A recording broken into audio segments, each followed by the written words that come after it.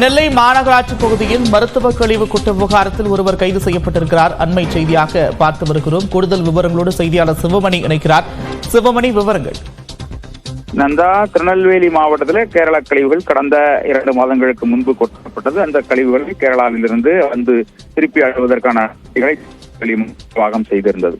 இந்த நிலையில திருநெல்வேலி மாநகர பகுதிக்குள்ளேயே மருத்துவ கழிவுகள் கொட்டப்பட்ட 5ஆம் தேதி இந்த சம்பவம் நடந்ததாக தெரிய வந்ததை அடுத்து அந்த தமிழ்நாடு தொலைக்காட்சி வெளியிட்டிருந்தது. இதனை அடுத்து திருநெல்வேலி நகராட்சி நல அலுவலர் மருத்துவர் ராணி சம்பந்தப்பட்ட இடத்திற்கு 175 கிலோ அளவிலான அந்த மருத்துவ கழிவுகள், அதாவது காலாவதியான மாத்திரைகள் மற்றும் மருந்துகள் அங்கிருந்து அப்புறப்படுத்த அந்த இடம் சுத்தம் செய்யப்பட்டது.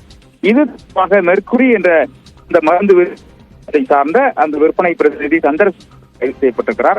அவர் மீது 3 பிரிவுகள் வழக்கு பதிவு செய்யப்பட்டிருக்கிறது. உயிருக்கு ஆபத்தான வகையில் நோய் தொற்று பரவும் வகையிலான அந்த செயலை செய்தல், நோய் தொற்று பரவும் என தெரிந்த பிறகும் செயலை செய்தல் உள்ளிட்ட 3 பிரிவுகளின் கீழ் வழக்கு பதிவு செய்யப்பட்டிருக்கிறது.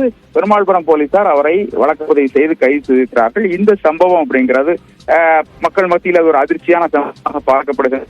திருநெல்வேலி மாநகர பகுதிக்குள்ளேயே 370 கிலோ அந்த கழிவுகள் கொட்டப்பட்ட சம்பவம் ஒரு அதிர்ச்சியான சம்பவம் பார்க்கப்பட்ட நிலையில இது தொடர்பாக ஒருவர் கைது செய்யப்பட்டு அவர் மீது 3 பிரிவுகளில் வழக்கு பதிவு செய்யப்பட்டிருக்கிறது.